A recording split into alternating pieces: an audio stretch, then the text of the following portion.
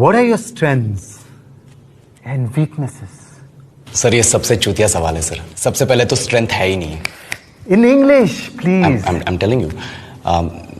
Why will I tell you my weaknesses? मैं आपको अपने स्ट्रेंथ वीकनेस के नाम पे बताऊंगा. You know, जैसे English. I'm a perfectionist. मैं वर्कोहॉलिक हूँ. मैं इनोसेंट. English. अच्छा बैंक क्या लौड़े?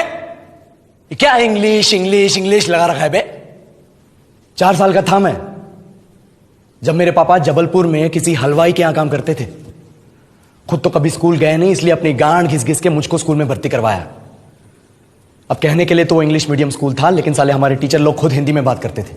हमारे स्कूल के लड़के एक दूसरे से यो व्हाट्स अप डॉग ऐसे बात नहीं करते हैं. क्या भौंक रहा है तेरा लंडा आजकल है? ऐसे गले मिलते हैं. किसी तरह रट्टा मार मार के 10th तक पहुंचे तो पता चला कि जिंदगी में सफल होने के लिए एक ही तरीका है और वो है इंजीनियरिंग. सब यही कहते थे. माँ बाप, टीचर लोग, गली का वॉचमैन भी हमसे पूछता था, और भैया कैसी चल रही है आपकी तैयारी? भग बेंचो, तुमको क्या करना है? इसलिए हमारे स्कूल के बच्चे हम सब पहुंच गए बकरों की तरह. मैं IIT, मैं NIT. अरे जिस बच्चे ने अपने बाप को जलेबी तलते देखा है वो तो यही सोचेगा ना कि जिंदगी में पैसा ही सब कुछ है. I did not choose this engineering life, sir, and neither did this engineering life choose me.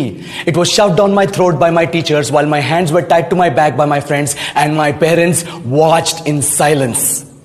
और इंग्लिश सुनेगा तो मादरचोद तो सुन.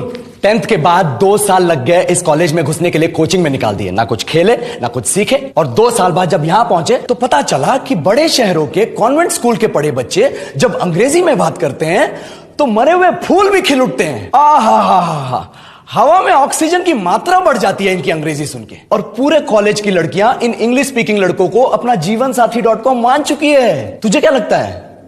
मुझे कभी लगा नहीं कि मैं अपनी अंग्रेजी पे काम करूं, अपने पर्सनालिटी पे काम करूं. बहुत लगा. ये चूतिया इंडस वैली सिविलाइजेशन का जो एजुकेशन सिस्टम बिठा के रखे हो, जिसमें हर साल में 10 सब्जेक्ट, हर सब्जेक्ट में theory, practical, viva, lab work, external, internal, majors, minors, assignment, project, thesis, गांड मार के रख ली हमारी. महीनों तक नहाना भूल जाते हैं हम लोग और फिर हमारा परसेप्शन बना देते हो कि हम ऐसे ही रहना चाहते हैं. अब इस साल में एक बार कल्चरल फेस्टिवल आता है, एक बार. उसके लिए भी प्रोफेसर से भीख मांगनी पड़ती है. अरे बिना इंग्लिश बोले, बिना लड़कियों से बात किए कौन गांडू रहना चाहता है वैसे?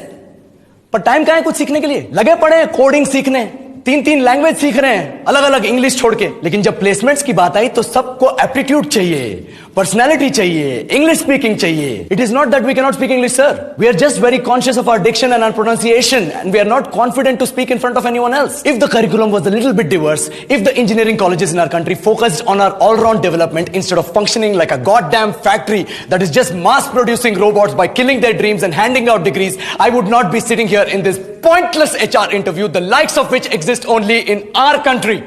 ये लो सर, बोल दिया मैंने 4 और लाइन अंग्रेजी में. अब बताइए, क्या मैं आपके मल्टीनेशनल कंपनी के लायक हूं? Do I have the potential to be a slave of your esteemed organization?